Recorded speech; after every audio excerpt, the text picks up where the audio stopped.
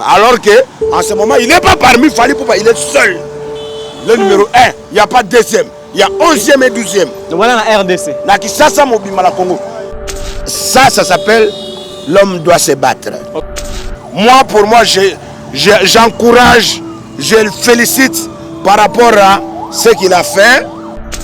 Tout le monde doit se rallier. C'est le moment. C'est le moment de se rallier devant Fally Poupa. Donc respecter l'homme à son époque. Nous vivons l'époque de Fally Poupa. Mais ici, pour la première fois dans son pays, en tout cas, il doit être honoré dans son trône qu'il est en train de diriger. Ça fait 20 ans. Jalousie, on a encore beaucoup à faire. Ok? La guerre n'est pas finie.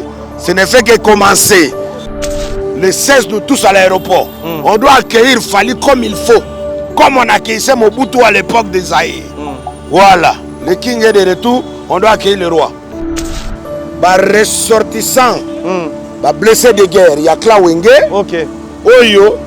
Bazala qui tena stade où t'es collé quand il y a bakulu tout rabiso. Ok. Le cola babir qui tourne bassin le où bazala qui t'es. Na lobby que ba to récupérer ta bango. Ba ya ko honorer leader ya génération na bango. Oyo lelo aleka ba niveau a sauter ba niveau abuka ba niveau. Azobeta concert il y a 2 décennies. Je parle à Didier Kalonji, autrement alias Bill Clinton. Peu importe. Ok. On ne trahit pas son père. Donc tant que yo, bazo fout à $200 par mois. Voilà ba benga ba mouton. Bill, patron. Ah, pesa 200 nae. Serge, patron. Voilà c'est Léo. Ah, il y a 180 à 2 fois qui 20. C'est aujourd'hui que Bill Clinton a dit que nous sommes allés banda au salaire ba comédie.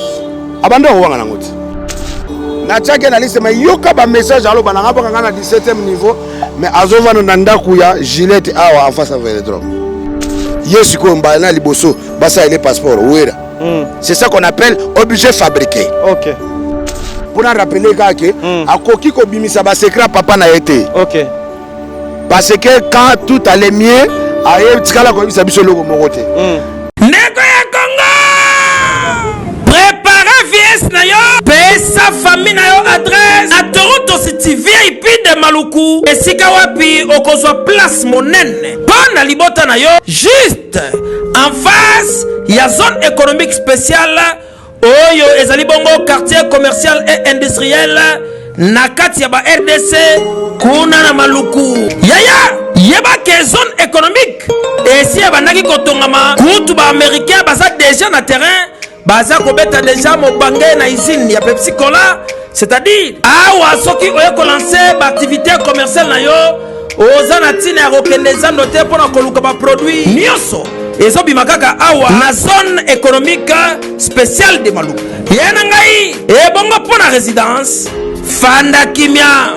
Okozwa terrain ya 20 mètres sur 20 au bord du fleuve Congo avec borne urbanisée. Ole kamo pepe likambo ya accessibilité la lampongia ba bébé nyonso esi etongama urbanisation elenda espace vert ekuba ebongo espace yage pona bana boza mobimba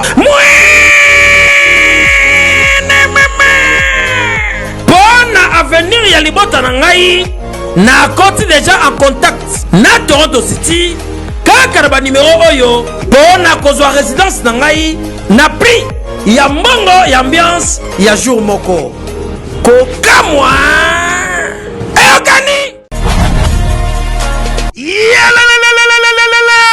après confinement réouverture yanganda taba chez Jongade awa bokokuta biloko nyonso bolingaka ya kotumba lokola ntaba ya kitoko pe elengi soso ya kotumba ngulu ya kotumba poaso ya kotumba esengeli koyebake chez Jongade bafongolaka kobanda mokolo ya mardi ti dimanche awa nde sika ambiance ezali kolala adresse eza kaka se moko chez Jongade weekend boza deja ya kosepela chaque vendredi bobanda kozwa Suzuki Luzubu 4x4 yende muta kosepelisa bino na ndenge ya kosakana te, oza kolia, oza komela, oza kopina. Pe chaque samedi, ekobanda kozala nde CNN, Alligator, na ba artiste mosusu. Bakobanda kosepelisa bino na makinu ya defwa te na bakunga ya kosakana te. Et puis chaque dimanche, sombele suka bisanga nde bokozwa les grands chanteurs. Emile alias de Mingongo, yende mutakonde ko palola awa, boko sentir betue ba ou différence yena. Malolo. Oui frère, Babi Tchonga. Futur. Hein? Nous t'aurons la 50 boîtes. La Katakin, c'est Tchongaske. Soki olingo sala ba réservation, obengi na ba numéro oyo pe ba ko servir yo joli kitoko. Chez Djonga de yango nde moboko ya ambiance na kati ya Paris. C'est naturel soit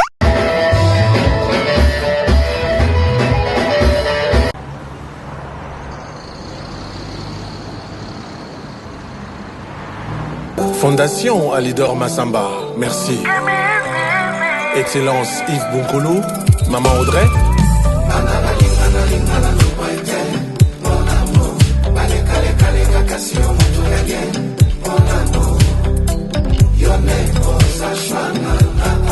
Consti Eka.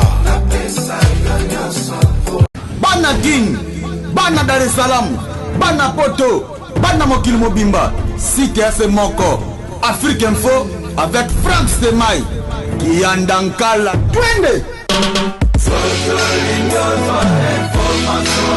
X-Bass,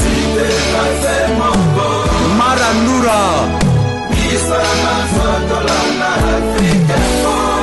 Frank Stemai.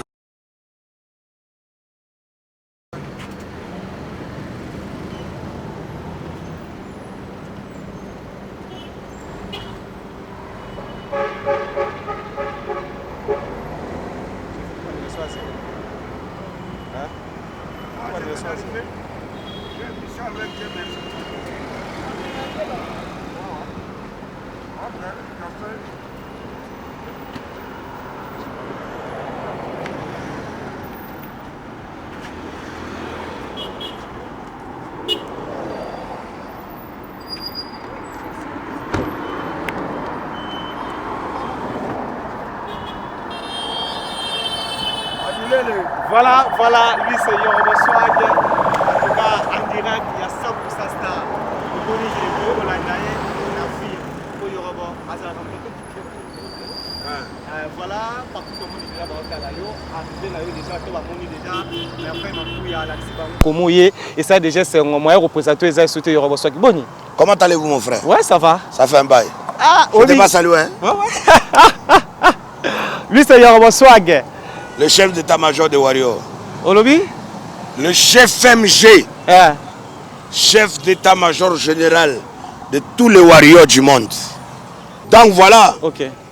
Faut bien éclaircir. Le chef d'état-major général de tous les Warriors du monde entier. Ok. Chef MG. Yoro Ipupa. Voilà, là, vous avez compris. Je suis Yoro Ipupa Batili Béton. Oh. Et le mot Yoruba Swag, et comme Yoruba, oui. Ipupa. J'avais dit la façon dont je dois soutenir mon frère. Non, ça doit être spirituellement, physiquement, dans tout. Ça veut dire que même non là, j'ai pris son nom. Après le 29 octobre, je reviens Yoruba Swag. Ou Yoruba Batili. Ipupa, Yoruba Ipupa. Batili. Batili. Béton. Béton. Voilà. Pourquoi tous les trois noms comme ça? Voilà. Père de la nation. Père de la nation, le dieu de coupé décalé congolais. L'artiste du peuple. Ok. Voilà. Le roi des antivalais. Ok. Hein? Bobiso, Toza Babola. Mobola Koyagate. Moutombo Ganda Koyaga. Voilà. Voilà pourquoi nous, ça ne bouge pas. À toi, tu es obligé de faire des choses. Les gens qui ont fait des choses, ils ont fait des choses. Waouh! Les lots monio, na page, na Instagram partout, Yoruba soutien Fally Ipupa et les lots na 100% star et comme Yoruba Ipupa. Pour nani soutien ma casse boy na temps oyo, to ebi ke biso nyon sorte oser la concert à le 29. Oh les lots à la stade de Martyr, plus de 80 000 places assises. Nous on va faire ça 180 000. Quoi? Nous, on va faire ça x2. On va retourner le stade. Le King of King de la rumba vous a dit? Vous n'avez pas entendu? Fally Ipupa. Trop attendu. Un concert planétaire, spectaculaire. Un concert de 2 décennies. Donc, en même temps, il est en train de faire son concert, mais ça fait 20 ans de carrière. Vous comprenez? Voilà. Donc, respectez l'homme à son époque. Nous vivons l'époque de Fally Ipupa. On doit respecter ça. Nous tous les artistes qui font la musique, que ce soit la rumba, que ce soit la musique urbaine, respectons notre King of King. C'est important. Surtout quand il y a l'événement du siècle qui se prépare. Là, on est en état de guerre. Oh, mais ça c'est Bercy ça. Merci Mwana. Bercy, merci Mwana. Merci Mwana, merci mon pouya. Merci à vous tous ce soir. Ah, et ça place. Place au Yaralaï. Merci à la beauté, qu'on a sauté pardon. Merci. Si quelqu'un a pas de déconner, les autres sont en Ndaku. Ne cherche plus les problèmes. Aïe, c'est la showbiz. Aïe, ce soir, ouais. Aïe, ça dit. Vraiment. Tu écoutes la Bercy, moi, la showbiz. Il y aura un peu de écouter la showbiz. Tika songi. C'est la bombe, toi, la ça pour ça, star. Merci, ma pouya. Tu écoutes il y aura un swag, la showbiz. Bercy, moi, la showbiz. Bah, il y a Luka, ni aura un swag. Bah, il y a Luka, Bercy, moi, la showbiz. Biso ça. Ba petit aigle, oyo, to contrôle la Gombe. Ok. Si vous avez pigeon, vous avez ngiri kuna na ba cité kuna. Biso toza kota aigle royal. Donc on est à Champs-Élysées na biso Kisasa. Boulevard du 30 juin. Donc on habite là. On peut avoir des maisons dans la cité Bandal, Kitambo, partout ma campagne, mais nous c'est ici. D'abord. Donc voilà. Et puis en ce moment toi-même tu sais que on est en plein état de guerre. État de guerre, ça veut dire que état de guerre, ça veut dire que datu lati tsakomba, tsakomba ko bunda, bitumba oza molimo pour réussir le 29 octobre dans stade de Martyrs. Comme on a chef d'état-major général, naba capitaine nangana ba major nangalo kola ba Mignon Abraham, ba Ken Piana, ba tutu wana ba Mbutalikasu, ba major na yo. Ba major ba lieutenant colonel Bazali, Ndeti Mignon Abraham, capitaine. Et porte-parole aussi. Porte-parole, il y a F victime, Bilomo Boyebiye. C'était. Biso toza batu oyo, to sala kanakata F victime T. Ok. Biso toza batu oyo, soutenir le numéro 1 de la musique congolaise du moment actuellement au Congo. Nous, en tant qu'un artiste conscient, on doit soutenir les bienfaits. On doit soutenir du positif. C'est comme ça. Et à ce moment, c'est Fally Ipupa. Voilà. Merci beaucoup. Comme je viens de le dire, lui, c'est Yorobo Ipupa, comme il vient de le dire. Voilà. Et nous n'avons rien à ajouter. Le frère du boss. Il faut commenter. Le frère du boss. Qui est boss? Fally Ipupa. Et moi, je suis le frère. T'entends? Merci beaucoup, je reviens. T'entends Yorobo. Maintenant, quand on regarde les warriors là-bas, là, chef d'état-major. Quand c'est la Chine, les Daishikan. Voilà. Voilà. Dégâts matériels. Yomorozo Monande Batouba, c'est mobilisé. La banderole, la minute où on a billet, VIP et Sili. Il faut banderole ça, va billet. VIP et Sili. Yo somme combien de billets? Nazo sombela ande batu ba konjo yo famille na bango fe kende ba mo fo ba kende na sombela bango parce que bango balinga kotambola te na sombi dia ba biya ba konze belé o ba otinda yo ko somba na ke na ngana mona bitinda mais c'est ça je l'ai dit naza mona bitinda donde na boy ko kamwate soko moni Yorobo akomi o muta théâtre Yorobo akomi o muteki mapa Yorobo akomi o acteur à film Yorobo akomi o. Comme je t'ai dit, je suis polyvalent. Un artiste, c'est ça. Parce que maintenant, là, si on me dit, Yoro, joue tel rôle, tant que je garde mon Dieu, même si tu m'incites, moi, je travaille d'abord, je barre. Quand je finis de barrer, je prends mon Dieu, je mets dedans, je prends mon champagne, mes bouteilles au KLM, je prends mon cigare. Est-ce que tu sauras que j'ai barre là-bas comme ça, là? Non. Donc, ça veut dire qu'il n'y a pas de son métier. Ce qui vous tue, le Congolais, Parce que vous voulez toujours, genre moi je ne travaille pas, ça veut dire que je ne peux pas vendre, je ne sais pas quoi. Ok. Faut vendre tout. Même si on te dit vendre beignet. C'est ça, il n'y a pas de son métier dans la vie. Merci beaucoup, Yoroboso, je dois revenir. Chasse le Pamba. Chance le Pamba, tu as dit que les 16 a déjà fallu pour pas quitter. Et na orchestre Mobimba, na groupe de Bemani, Badjinolia qui est tout ça. Je fais appel à tous les warriors. Ok. Dans 6 jours, précisément le week-end, biso tout l'aéroport, vrai warrior lata polo na yo, opéra makoke belebo loué babis. Ok. S'il vous plaît, c'est pour la première fois que quand Yoro porte le nom de quelqu'un d'autre qui est congolais, son frère, ça veut dire que c'est pas des amusements, c'est pas des beignets à la moimbe. Ok. Voilà. Donc, le 16, nous tous à l'aéroport. On doit accueillir Fali comme il faut. Comme on accueillait Mobutu à l'époque des Zaïre. Voilà. Le king est de retour, on doit accueillir le roi. Lelo Il est revenu oyo. dans son royaume. Lelo oyo Yoroboso bate belé to ba la biso. Dans la tozo point de vue na yo. Tu as vu que liste ezo salama déjà. Et pas bah oh bah Robert ba rêver des rideaux. Yoroboso yo pe comme on ça dans la carte ba Na sala ki liste ngamu na sala liste. Yo sa liste tant que Dani na. Ngamu tu naza chargé au sala liste ya bat ba Robert ba lever les rideaux comme on dit en français. Tu peux expliquer aussi. Voilà, ça veut dire local. Ok. Voilà. Donc maintenant, la dernière fois quand Fali était venu, oui, il était reparti en tournée. Après son concert de Brazzaville Point Noir, j'étais en train de proposer. À la base, Fali Poupa, il ne fait pas des gens, il ne veut pas que les gens disent que oh, Basangana ke belé. Non, non, non, c'est le concert de Fali. Maintenant, Fali Poupa, comme c'est le roi, au royaume, il y a toujours, vous voyez, non? Voilà, il y a des employés. Il y a des servants, vous voyez un peu. Donc, il y a des généraux, il y a des commandants. Donc, ça veut dire que nous tous là, toujours en attaque. C'est pour cela qu'on doit se prendre en conséquence.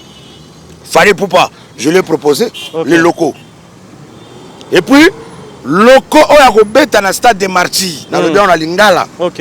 Son artiste, un message, un artiste débrouillard. Ok. Avec dans le stade de Marty, il a fallu Poupa. Ça veut dire que artiste wana azana tana minute.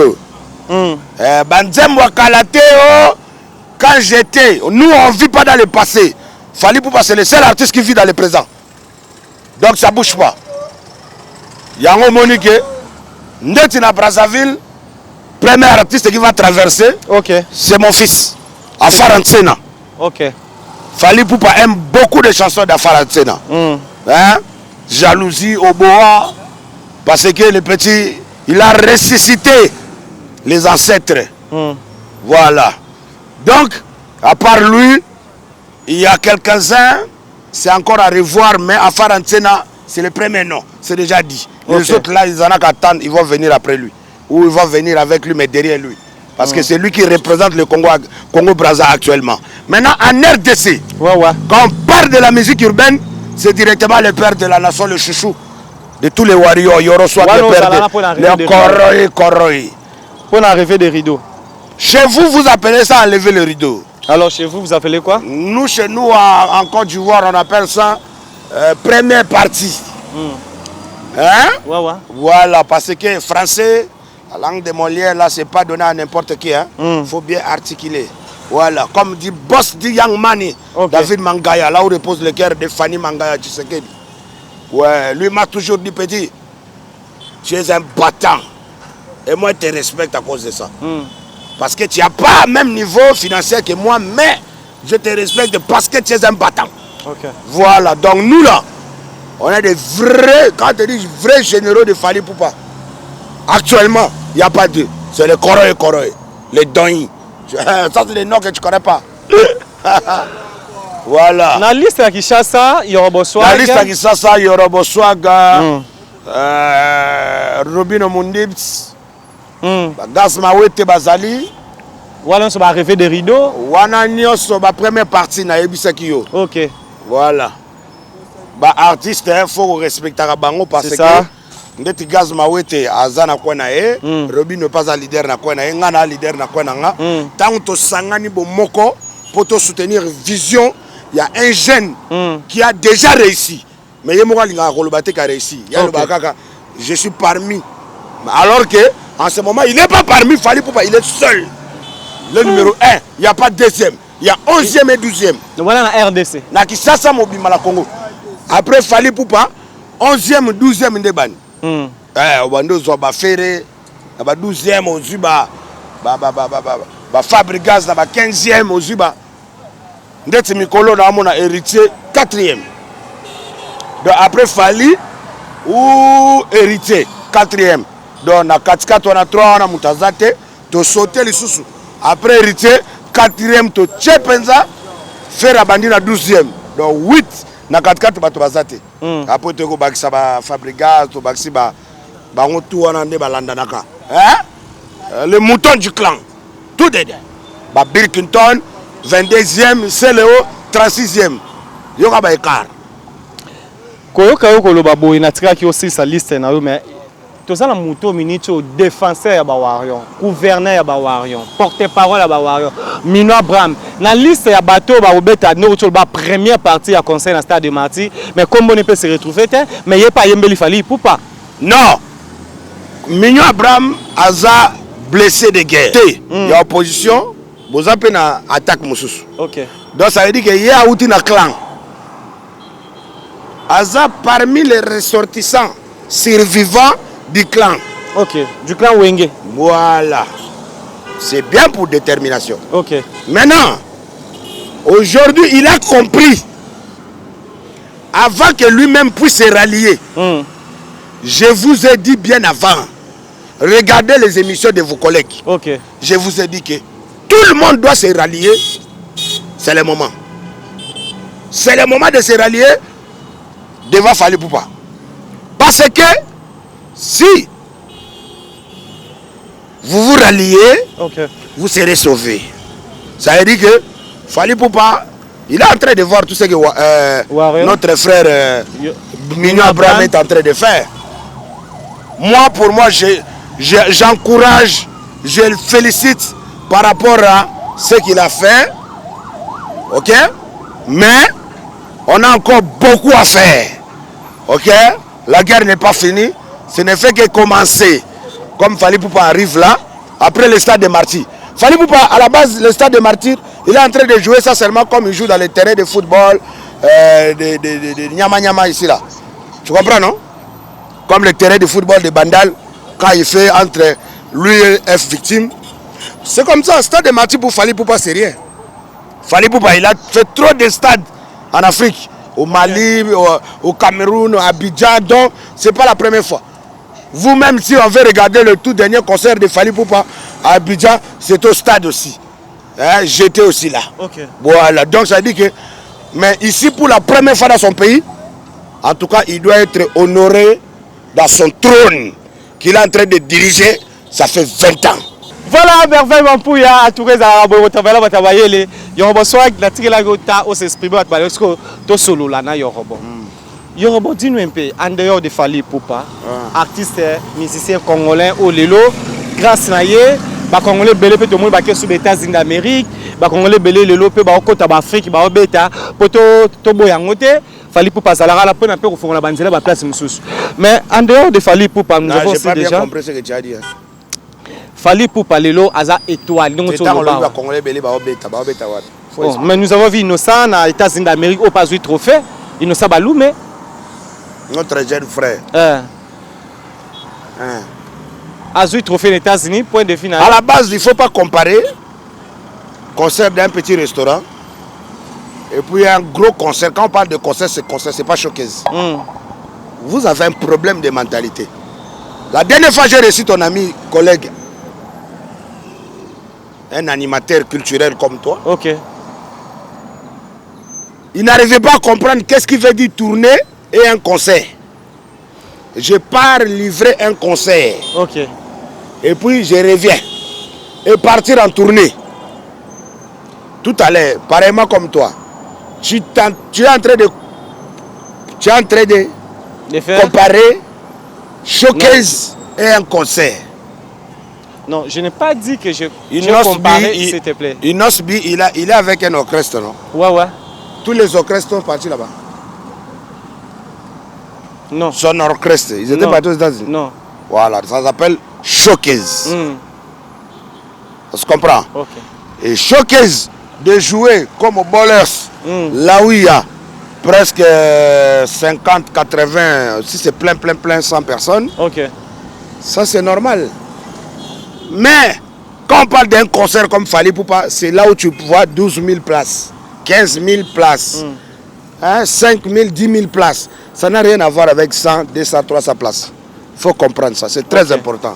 On a besoin de comprendre. Au Congo, souvent on a des mentalités, on a des mentalités un peu archaïques.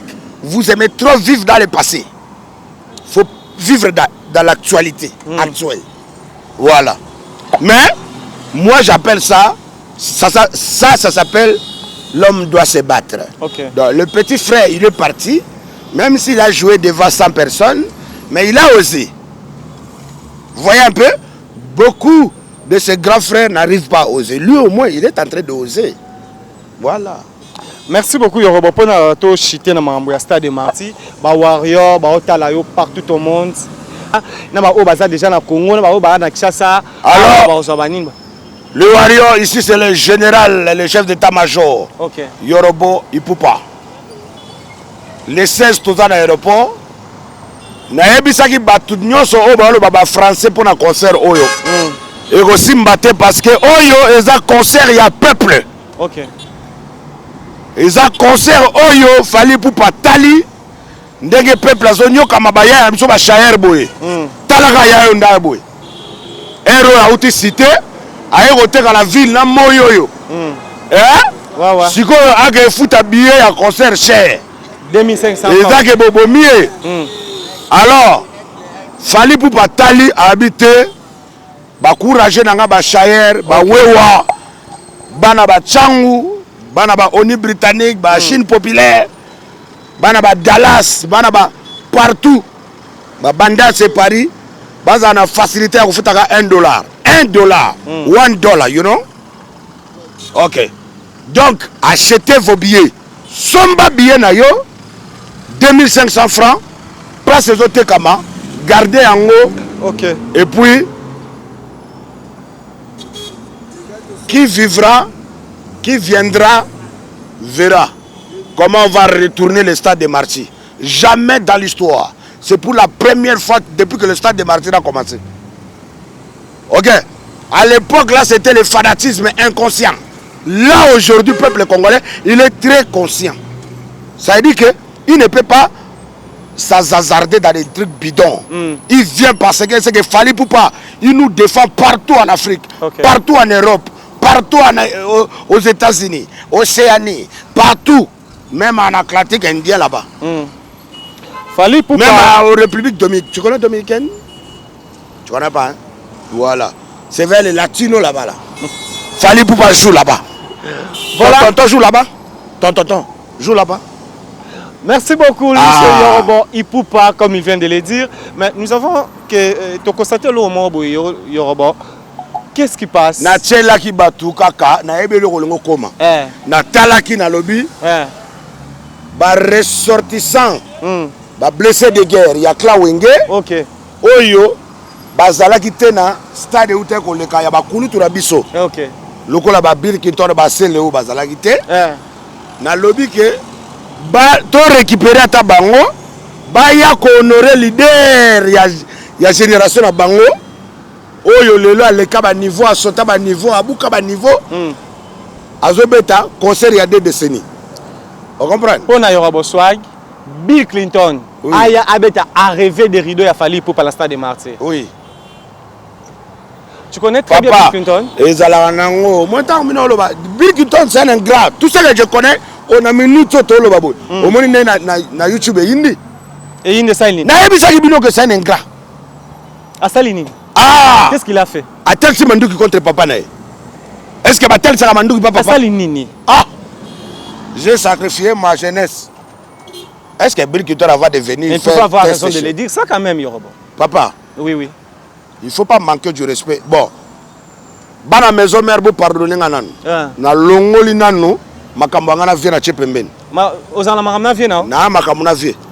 Ni je fa pesa nga featuring soit azong selinga mbongo na ngai. Mais na tena pembeni. Na latina nu na ena nu ata attendez. Oyebi wera son. Tanga yembaka oyo senga intervention ya Pipiu Musada. Ana minute na ena attaque. Un vrai Pipiu, tes petits frères. Un vrai Pipiu Musada oyo yemba na premier album tango à Lokoti Bill Clinton. Donc Bill Clinton il peut pas lever le ton devant toute une nation. Pour il quitte chez lui. Bien vêtu. Je ne sais pas si c'est parfumé, hein? Mais il se pointe devant la télé. Et puis il ose de dire que moi, j'ai sacrifié ma jeunesse. Pour Wenge Musique à maison, mais est-ce que pour Werason, pas pour Wenge, il a dit pour Werason. Mais c'est pour Werason, Wenge Musique. Bon, alors laisse-moi te dire. Moi, Yoro, il peut pas. Si un jour je ose le ton de dire que j'ai sacrifié ma vie, mon adolescence, ma jeunesse, pour ma nation. Comme moi je peux dire pour ma nation, non? Parce que nous on a libéré le Congo, on a chassé la dictature, on a chassé Mobutu. Comme lui il dit, pour les Wenge, Wenge c'est comme une nation. Maintenant, quand on parle d'un individu, comme lui il a parlé de Wera, moi, je vais parler de Kabila. Donc moi, Yoro Swag, je regrette d'avoir sacrifié ma jeunesse pour Joseph Kabila. Parce que tout ce que vous êtes en train de voir là, ce n'était que du comédie. C'est aujourd'hui que Bill Clinton a dit que nous sommes en comédie. Mais il n'avait rien gagné, il vient de les dire. Abandaki ko wanga nango ami benga ba millionnaire wa, ami benga ba nini, yazana ba mapangu, azana ba travailleur, azana ba nini, bosko yutaka wapi. Soki abima ressortissant blessé de guerre sans héritage. Parce que makambo ne salo bagane uta wapi. La question posée à Bill Clinton. Oui, parce que yemoko mutaye bisabiso. Bazalaki so ba voyager ba ke ba beti Zenith ba yawa. To na boye, to sombi boye. Wana Bill Clinton azalaki Muteki Thompson pour le maillot to kwanga. Il était artiste et musicien et animateur aussi. Wapi. Na Wenge Musique à maison mère. Ah, c'est quoi le londe oyo ko bisabiso suske même Wenge Musique à maison mère ou gagner le côté. Le là ça la 7 ans à la maison mère. Alors il a gagné le côté. Qui jeunesse abebi sa jeunesse na ye alobi abebi sa jeunesse pour na wera sol magana rien mais tanga monaki ka Alexa tango na pamba pembe na wera azo souffrir a gagné le côté nde yango basala ki plan na bango pe bazwa mo muke po wera pera bango rien ba beta ba stade ba beta ba Bercy ya on fait là tu n'as pas aimé hein mais je peux pas aimer peu importe qu'est-ce que tu peux dire à Bill Clinton. Peu importe. On ne trahit pas son père. Comme toi, tu ne dois pas trahir Fally Ipupa. Fally Ipupa, ce n'est pas mon père. Fally Ipupa, c'est mon frère. Mon père, c'est Laurent Désiré Kabila. Et grand frère Nayo? Joseph Kabila. Merci beaucoup. Et ma belle-sœur, Maman Olive Lembe. C'est mec qui n'a pas la lingala. Maman Olive. Oh maman ni maman. C'est mec qui n'a pas. Au passage à l'année au Komaïbou. Talaga que c'est mec à Yorobo. T'es à Salangate. C'est mec qui n'a pas. On ne peut jamais trahir le père. Mais mon père c'est Laurent Désiré Kabila. Joseph Kabila, le père de la démocratie, Raïs. C'est mon grand frère. Nganaye, tolanda idéologie à papa. Nganaye. To bunda pour mboka oyo to zaki na sima papa mais c'est mec qui nanga ndongo lobi ke oyo asalanga te na vie nanga na tikala na kolia ta $1 na été pour chiter caméra na ndenga mabete mais nanu na ata $50 et ye ote mère atindelo na mona nanoute. Mais elle est ma belle-sœur jusqu'à la mort. Ok. Forever. Merci. Voilà. Pour citer Joseph Kabila, il reste mon grand frère. Merci beaucoup. Mais les gens doivent accepter que je vis dans l'évolution. Ok. Je peux être enfant de Messi, je soutiens Ronaldo. Ok. Cristiano Ronaldo. Ok. Donc, ndenge moko, naza mwana Laurent Désiré Kabila. Et tu soutiens? Petit frère à Joseph Kabila, mais na soutien na Fachi Beton. Oya komeka na Fachi Beton, ako umela te ako longwa. Oyi bambongo aleta okogende na boloko. Simba ye. Osinga mokonzi ya mboka. Oye beloko te oyebi na raisonner masala Sankara de Kuta. Wewa. Te ya zwaka siko ye na pesaka ye masolo kote. Coronavirus ezoboma. Osala ni. Coronavirus ezoboma. Coronavirus ezobikisa te. Coronavirus ezoboma. Hey, confinement. On nous a demandé de se confiner. Papa nanga, maman nanga. Okota rap na rumba. Malade ezoboma. Porte nos casques. Sokolaka maboko na sa. Protégeons-nous massivement. Papa, on a bête biloko belé. Je dois revenir pour chiter pour na mamu oyo. On n'est pas encore en train de chiter. OK, non. Oh. Bill Clinton amini. Pour la Bill Clinton, t'as la caméra na biso.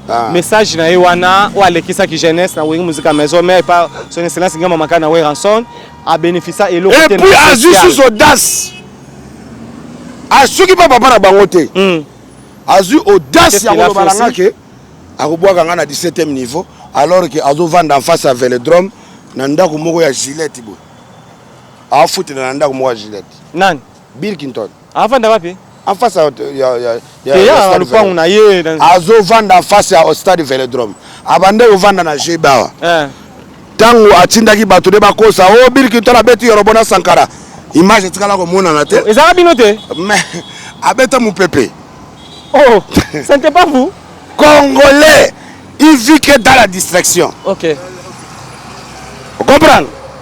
Donc, tant que fausse image on est circulé, j'ai appelé mes avocats.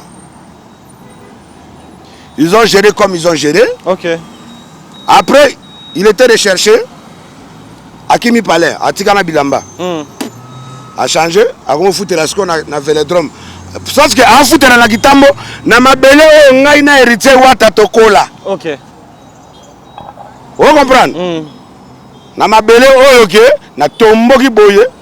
Obimisi. Na lingina boma mutu, papi kakola ya ko peksa ngai. C'est bon. Commandant Botika Limbisa.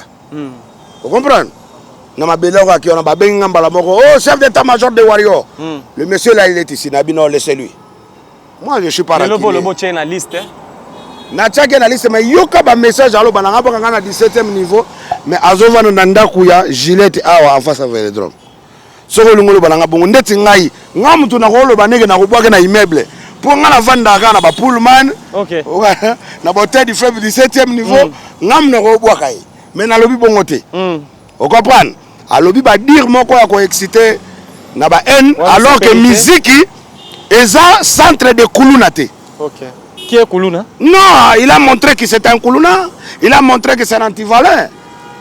La musique, c'est pas l'église. Yorobo, là tu parles à qui? Je parle à Didier Kalonji, autrement alias Bill Clinton. Parce que là, tu n'as pas peur? Na landi sur ce côté, moi pour la zone, il na qui ne va comprendre. OK. Bill Clinton est comme on a été. Oh. Et comme on était babotele en côté. Babotele na comme. Comme ayo Bill Clinton c'est où la zone mutape ça est. Il va botter dans communi. Didier Kalonji. OK. Mais c'est Badi. Oh, pas lobby na maison mais a bénéficier l'autre mais yo le babi ça de Akombo. Alalanga mwana yo akolane na Badi. Akolane na fufwe. Akolana fufa masango. Okolanda mbebo rouge te. Pili pili na ngai ngai. Donc ndaza wana kombo ya Bill Clinton ya kombo na été pour na yoki pena mo ba émission na na ozo seleka ba réponse na ba émission ya ça donc le temps de les dur kombo na ye Didier Kalonji na passeport na ye ba koma Didier Kalonji. OK. État civil na ye Didier Kalonji. On comprend? Ndeti ngai état civil na nga boye Tambwe Sauveur Benito ndenge ye kombo na ye Didier Kalonge sikoyo yebisa ngai sirno oyo bapiaki ye eza kombo na ex-président États-Unis. Ok. Boyebi Bill Clinton te. Toyebi.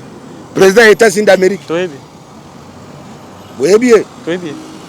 Ye ezosala epasi kaka nde babenganga Yorobo. Lelo Yorobo. Alors que komba Yorobo ndenge baolobela wana ndenge baokomela et y a deux choses différentes. Ok. Arafat kombo nezalaki Yorobo kombo nezalaki yokanga kombo Arafat. Voilà. Papa Arafat ekozala Bill Clinton parce que na musique eza kola ndenge bazui Bill Clinton devant peuple congolais ba bokolier ba l'accès musique pa wera akomi moto. Okay. Siko Bill Clinton bola kazo place ya zo Arafat abokoli akomi ce musique. Ezate. Siko benge père ndeni. Te pobila lobanga Arafat. Mais yango mais vous êtes des messagers. OK. Na cela au moins que vous êtes des sentimental. Bozaba. Qui? Vous tous. Parce que vous soutenir et le Lukuta. Donc vous êtes des corrompus. Mais quand Yorobo Tempe. Non, on est DJ Arafat disait que. Non, pas DJ Arafat disait que. Natuni Bino déjà au Mona bon ngala makamutu yolo ba Bill Clinton. OK. Pour ngala ndima. Buzo boy lungo loba la kisanga i place photo ya Arafat na Bill Clinton. Merci beaucoup, merci. La kisanga i place bakuta na tana balabala. Ezate ata nzembo moko ezate ata komona na longi ba mona na. Et toi qui as fait? Bongo siko. Et toi? Tu as fait ça? Tu as des photos? Arafat aye awa. Tu as des photos? J'ai des photos, j'ai des concerts. Tu as des images? J'ai des images OK Arafat aye ko beta awa, ba betisi na konta Udine, ba cheka ka yena fali. OK. Pas mais c'est Danis Arthur Moloko. Okay. Venangai en Abidjan, prêtre. À l'époque on a zaki DG à Udine awa. OK. A betsa ba on a GB. Comme Bill Clinton a zaka na ba actualité ya ba star ba yakate, ba bengisa ki yete. OK. Ngasikoyo zonga sima e beta.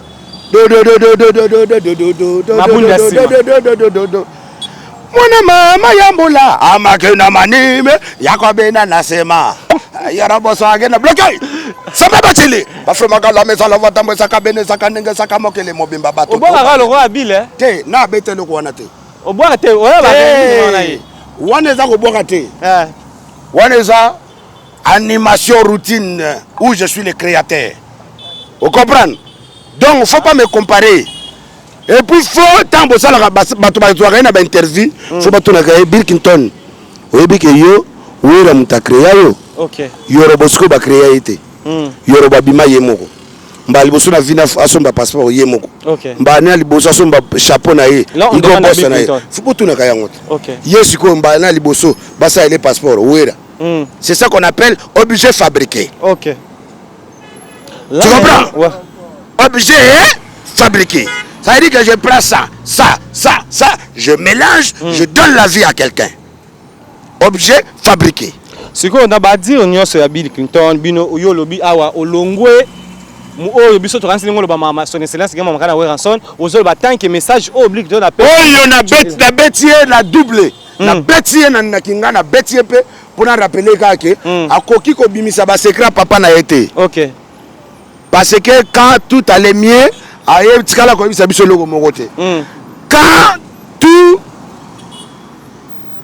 tout a été gâté, ça veut dire quoi gâté? Tout est gâté. Quand les choses sont gâtées, maintenant non, na se sacrifier à Pamba, na zoé le côté. Mais tout ce que tu nous disais avant, tant que me comme un mouton. Bage ba beti sie na Zenith na Olympia yo de mona obeti Bill Clinton na Olympia bimi abeta na Olympia te na vina e. OK. Depuis pas longa pa wera talaka carrière mutu soki 20 ans soki combien banda longa pa wera abeta ta restaurant na poto ata restaurant ndeti Bowlers chez Masarangai le ka Jenny Madinda moi ça y aller 7 y aller Angelo Madinda babeta yata la Bowlers boy abeta tena poto banda longwa banda zalapa azana producteur lokola Bracongo Abeta Pototi. Est-ce que vous imaginez ça, c'est pas l'enfantement familial? Dis-moi un peu. Moi seul, depuis que j'ai commencé la musique là, c'est comme si je suis en train de rousse casse-cassé. Ozo Mukanda? Natikala kozwa ni un producteur. Natikala kozwa ni producteur a komemanga na poto. Natikala kozwa ni producteur a komemanga atana masina. Yesiko yo Weranson. Aye. Passeport Bill Clinton ebimi na nenini 97. Ba yebiote. Atana venu na bino ba voisin ba yebiote. Comment tu t'appelles? Weranson t'a sorti. Il t'a façonné. Il t'a créé. Il a pris tous les risques de la vie pour te gérer. Il y avait Célostran. Papa, et tous là, ils ont gagné derrière quelqu'un. Moi, j'ai jamais gagné derrière quelqu'un. Moi, je souffre. Je dois appeler 200 fois Samba Bachili. Je dois appeler 1000 fois Serge Pereira. 2000 fois Tony Pereira. Sarah Pereira Ndengue. Ok. Donc je dois appeler. Sidi Massoudi, l'esclave du travail. Papi Labila. Honorable Serge Amouri. Appeler. Et puis, en fin de compte, j'ai un peu de jet. J'ai dit, bon, je vais faire clip maintenant. Okay. Parce que moi, quand il s'agit de la musique, je ne sors pas mon argent. Moi, il faut que... Mais... Sidi Mazakamalio. Sidi Massoudi. Serge Amouri. Analela Papi Labila. Tout ce que tu fais aujourd'hui chez Fally Ipupa, s'il te plaît. Tout ce que tu fais aujourd'hui pour Fally Ipupa, exactement de la featuring na sima mambo ne so se. Na de la featuring, na de la rien en retour. Fally Ipupa c'est mon frère. Quand j'ai connu Fally Ipupa, ça fait 25 ans. Autre que 26e année. OK. Ce qui n'a qu'aussi mon journaliste moi au Congo, a Fally Ipupa fara a tout na une PC autorisation à tout na Fally. Je connais Fally Ipupa à 97 à 99, je vais commencer à le soutenir. Dès le temps où le moment il a mis les pieds, je confie le milieu, j'étais là. J'étais encore Kadogo, mais j'ai soutenu Fally Ipupa. Merci beaucoup, nous sommes arrivés. Donc tu comprends. Merci. Fier de l'être mon ami. Ya uta wapi. Mais vous, bino bo uta wapi. Bino tu bo loba wana bo uta pa ba individu. Ngasko na uta pa nation. La différence à un individu dans un pays. Donc tant que yo bazo fout à $200 par mois. Voilà ba benga ba mouton. Bill patron. Pesa 200 nae. Serge patron, voilà c'est Léo. Il y a 180 à 2 fois 20. Hervé patron. Il pesa 300. Fais rigolade. Ok. Bien étalonné. Didier Lacoste. Moi, il te dit que bien étalonné. Ok. Il prend l'air caché. L'air caché, hein. Que moi, j'aime carburant. Oui. Regardez. Mes carburants. Oui, c'est l'air caché. Pour voir que il faut respecter les gens. Hein. Vous blaguez avec moi. Hein. Vous voulez quoi? Merci beaucoup. Moi, je peux devenir milliardaire. Retenez ça aujourd'hui. Moi, Yoro, je peux devenir milliardaire. Tu as la foi? Non, écoute-moi. Je peux devenir milliardaire. Inch'Allah, je vais devenir milliardaire. Okay. Moi, dans ce pays, je deviendrai le milliardaire sans voler comme des politiciens corrompus, sans voler comme les bougnoules en cravate et les voleurs en costume. Hein?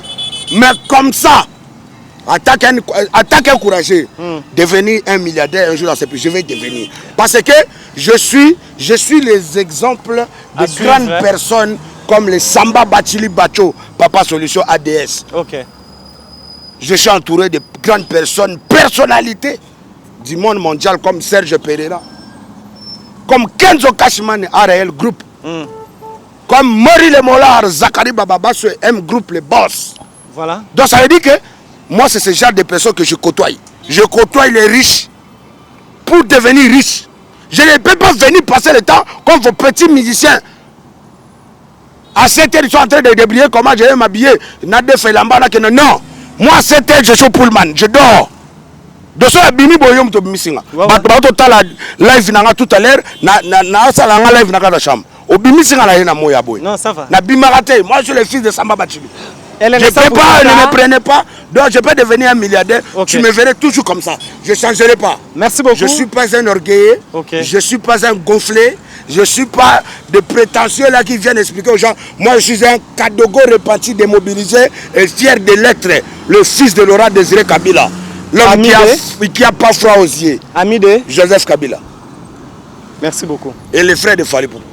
Merci beaucoup, lui c'est Yorobo Ipoupa, comme il vient de le dire. Nous sommes arrivés précisément à la fin. Dernier message Nayo, Naba Warion, Nafali Poupa, oh le 16 déjà à nous. Nalobi Bissonio sur le 16 Nagobimisa, Jipo et Tambola la Maloba.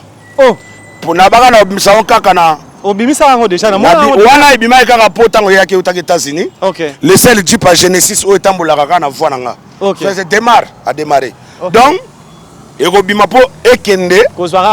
Parce que Koya Fali Poupa, Bande Konanga ya Matete, Bande Konanga ya Changu, ya Masina, ya Njili, Totonda Wana, Bande Kobauta Kitambo, Bandal, partout, Monga Fula, 24 communes. Wapi, Totonda Wana, Tolagisa Batouke, la jeunesse c'est nous, et puis aujourd'hui c'est à nous, demain c'est à nous. Le vieux là, l'autre vieilli. 60, 80, 70, on ne comprend rien.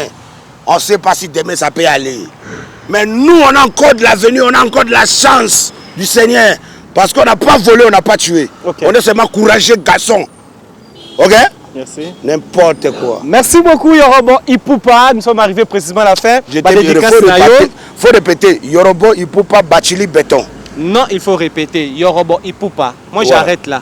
Yorobo Ipoupa Bachili. Là, tu peux finir, c'est pas aussi mal. Béton à la fin. Ok.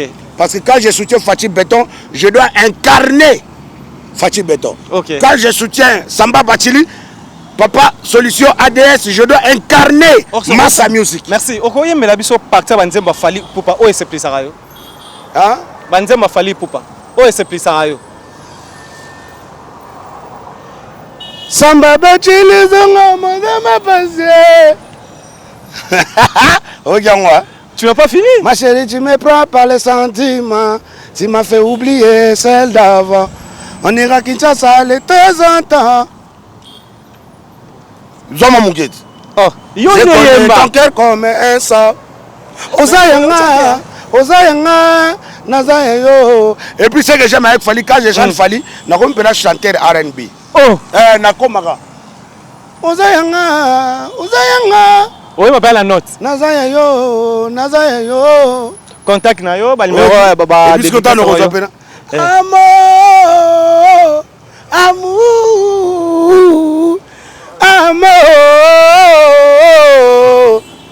Reviens mon bébé. Pour te tout donner, mais toi t'as tout gâché. C'est de ma vie pour te voir mon bébé. Rends-moi la vie moins dit. Et reviens mon bébé. Reviens. Arrivé de rideau, on ne sait pas. Loin de toi. Non, moi je chante mes chansons. Hein. Je soutiens Fali. Merci beaucoup. Non, mais non. Dans toutes mes voitures, tu sais que j'écoute que du Fali. Ouais, là je sais. Donc, on était là mais enfin ma fouille. Nous avons vu. Ba DDD kana sucre. Chérie nanga kana sucre. Daniel Langa, Kana Sikre. Merci à Deborah Foura, la douce, et à Hélène Munganga. Nous sommes arrivés précisément à la fin. J'espère que vous avez aimé, comme je viens de le dire. Merci à toi, à Deborah Foura, la douce, à Fallon Chirlen et l'homme appel code, à Patricia Castanet, Daniel Sassou, à Patricia Castanet, la Fondation Sunga. Merci. Et à Hélène Munganga, je vous salue. Leadership féminin. Et à Fallon Chirlen et Longa. Merci. Dédicace Nayo. Bon, je salue tous les warriors de partout. Ok. À ce moment, Fali Poupa il est à Paris. Je salue tous les warriors de Paris. C'est le chef d'état-major général Yoro. Yoro Ipoupa Beto Bachili qui vous parle en direct de Kinshasa. Moi, je suis là. Hein. Je ne suis pas comme les gens qui parlent de loin. Moi, je suis là. Ouais, je les bats un par un. Celui qui n'a qu'à essayer, n'a qu'à venir.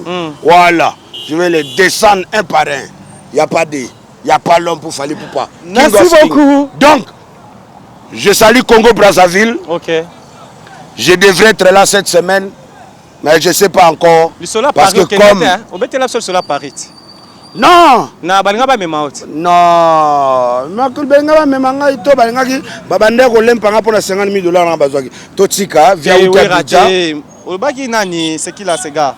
Oh ya Mali hein, so ya Côte d'Ivoire. Ya Sidiki Diabaté est tombé le 23 septembre ngana déjà en pleine campagne à Stade des Martyrs. OK, donc en tout cas même à Tabatu ba bengisanga na Singapour na kete.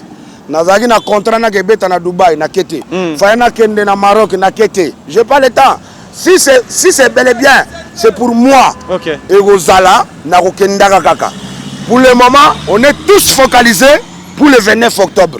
Après ça, je récupère mon nom de Yorobo Swag. Je continue le travail maintenant. Parce que après le 29 octobre, j'accompagne Fally Ipupa Lubumbashi. Quand on revient à Kinshasa, on reprend le tournoi africain. Autre message, Mali, Sénégal, Ghana, Accra, Cameroun, Abidjan, tous les tournées africains. Donc, c'est comme ça que on doit reprendre les choses. Mais pour le moment, pardonnez-moi, j'ai besoin d'argent, mais gardez-le. Si c'est pour moi seulement là, vous en avez qu'à garder. Laissez-moi d'abord finir ce que j'ai commencé. Je suis très déterminé. Quand je commence un truc, je dois finir. Merci beaucoup. Merci à Benvin Mampouya. Donc je salue Papa Raoul Ominga. Ok. En direct de Brazzaville. Le bon Djinga Oba. Kouka César, ouvre-toi. Moiné le bon Djinga Oba. Le noble dans la noblesse. Et puis je salue toute la famille du Congo-Brazza. Je salue monsieur le ministre Denis Christel Mwanandea. Toujours au Bosso. Papa de papa. Je salue honorable Claudia Sassou. Je salue mon fils à Farantena. Jalousie, yo, Binozoua. L'homme qui est en train de faire danser Élisée Bokota Ster. C'est toujours comme ça avec Yorobo Ipupa. Avec lui, nous avons toujours des certains. Yorobo Ipupa Batili Béton, le dieu des bordels. Si tu cherches bordel, je suis dedans. Là, tu confirmes. Si tu cherches la noblesse, je suis dedans. Ok. Si tu cherches la crédibilité, je suis dedans. La 17e étage, peut? Non, 17, j'ai vu dedans. 17e étage. Donc lui-même, quand mon fils, il va venir me chercher, je lui regarde déjà comme ça là. Et soit à Moutou. Mais mon fils. C'est qui? Didier Kalonji. Allez, je salue Sidi Massoudi, l'esclave du travail. Wanta Bachili. Je salue toute la famille. Hey, King, bonne arrivée à toi. On est là pour toi. Ça va pas bouger. Il n'y aura pas l'homme. Donc, tous à l'aéroport le 16. Il y a la popo.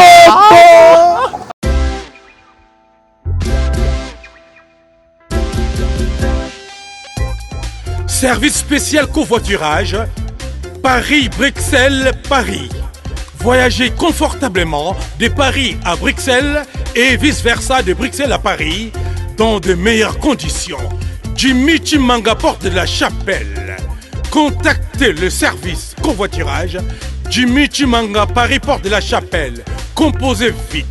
Le plus 33 7 87 76 95 65.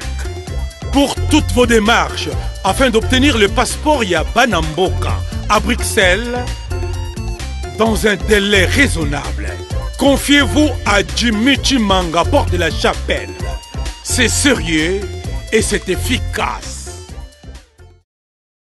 Bana King, Bana Dar es Salaam, Bana Poto, Bana Mokil Mobimba, CTF Moko, Afrique Info avec Franck Stemai. Yandankala twende X-Bass Marandura Franck Stemai.